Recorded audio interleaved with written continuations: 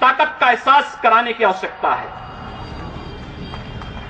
कौन मौलाना हैदराबाद से बोलता है, कौन कहां से बोलता है, इसलिए बहुत चिंता मत करिए, क्योंकि बकरे की अम्मा कब तक खैर मनाएगी आप देखते रहिए। बस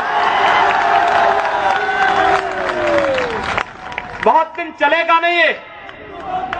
उन सबको मालूम है कि आने वाला समय और आने वाला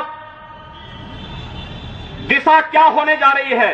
यह हिंदुत्व की सदी है और हिंदुत्व की सदी केवल भारत की नहीं दुनिया की सदी होगी। पूरी दुनिया के अंदर हिंदुत्व का झंडा एक बार पुनः मजबूती के साथ भगवा झंडा दुनिया के अंदर कोने कोने में लहराएगा। उसके अनुसार एक बार पुरुषार्थ किए जाने की आवश्यकता है। हिंदू कभी निराशावादी नहीं हो सकता है, कभी नहीं। दुनिया के अंदर तमाम संस्कृतियां मिट गई, तमाम परंपराएं मिट गई, सब कुछ नष्ट हो गया, कोई पूछने वाला नहीं, इतिहास में नाम शेष हो गए। लेकिन इतनी विपत्तियों के बावजूद, हजारों हमलों को झेलने के बावजूद, तमाम षड्यंत्रों के बावजूद, अंदर और बाहर दोनों से हमलों को जूझते हुए भी अगर सनातन हिंदू धर्म मजबूती के साथ खड़ा है तो वह किसी के बल पर नहीं, इस जनता की ताकत के बल पर है। और जब तक ये आस्था सनातन हिंदू धर्म के प्रति आप सबकी बनी रहेगी, भारत माता के प्रति आपकी बनी रहेगी, दुनिया की कोई ताकत आपका बाल बांका नहीं कर पाएगा। हमें किसी ओबामा से सर्टिफिकेट की आवश्यकता नहीं। हिंदुत्व पर जो प्रहार करेगा उसको महाप्रलय को स्वयं आमंत्रित कर देगा, उस महाप्रलय की चपेट में स्वयं भी आएगा। इस बारे में किसी को कोई गलतफहमी नहीं होनी चाहिए। और इसलिए बंधुओं, आप सबका मैं आह्वान करूंगा। बहराइच में महाराज सुहेलदेव पासी के सामने लोग लड़ने के लिए आए थे, मात्र 2 लोग बचे थे, सब के सब मार डाले गए थे। और 1971 में 95,000 पाकिस्तानी कायरों को किस तरीके से मुर्गा बना करके नाक रगड़ने के लिए मजबूर कर दिया गया था भारत के बहादुर जवानों के द्वारा। और अगर इसके बाद भी आंखें नहीं खुलती हैं तो एक बार पुनः देख लें अपनी ताकत को।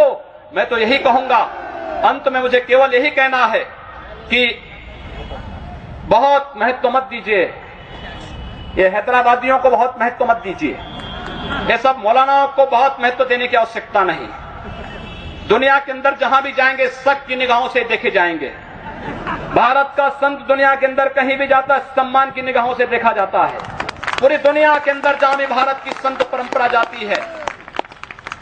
सिंगापुर में मैं गया, मैं देर में पहुंचा, जब एयरलाइंस में बैठने के लिए हुआ तो उसने मेरे कपड़े देखे और सबसे आगे की सीट में बैठे हुए लोग वो खड़े हो गए, वो मुझे बुलाने लगे कि आप आगे। मैंने कहा नहीं, मेरी सीट पीछे।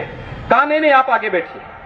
वहां की थाईलैंड में गए, वहां की बस में आगे की 2 सीट तो केवल संतों के लिए है, यानी मुफ्त में यात्रा करिए, जितनी यात्रा कर सकते हैं। दुनिया के अंदर कहीं भी आप जाएंगे भारत की संत परंपरा का सम्मान है और भारतीय नागरिकों का सम्मान है।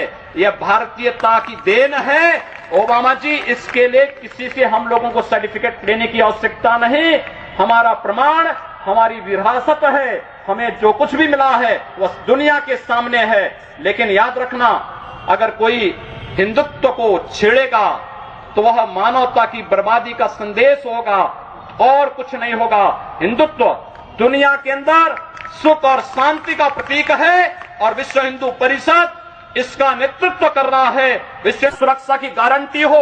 मैं कहता हूं भारत के मौलानाओं से और भारत के पादरियों से भी, आज ISIS नाम का एक आतंकी संगठन इराक और सीरिया के अंदर जिस निर्ममता के साथ मानवता को कुचल रहा है, वहां पर यजीदी समुदाय के साथ साथ तमाम अल्पसंख्यक समुदायों को बड़ी निर्ममता के साथ काटा जा रहा है। और यही नहीं, शिया मुसलमानों को भी मारा जा रहा है, उसी बर्बरता के साथ काटा जा रहा है। भारत के सब मौलाना मुंह बंद किए हुए हैं, क्योंकि इनको लगता है कि अगर ISIS के खिलाफ बोलेंगे तो वह एक प्रकार से इस्लाम के खिलाफ वक्तव्य होगा। क्या इस्लाम का स्वरूप या बर्बर स्वरूप है इस्लाम का? हम आखिर साबित क्या करना चाहते हैं? जब पाकिस्तान के अंदर वहां पर धर्मांतरण की गतिविधियों में लिप्त पादरियों की निर्मम हत्या होती है, तो ओबामा कुछ नहीं बोलते, तब ब्रिटेन कुछ नहीं बोलता, तब ऑस्ट्रेलिया कुछ नहीं बोलता, तब दुनिया के अंदर वेटिकन सिटी से कोई आवाज नहीं निकलती है।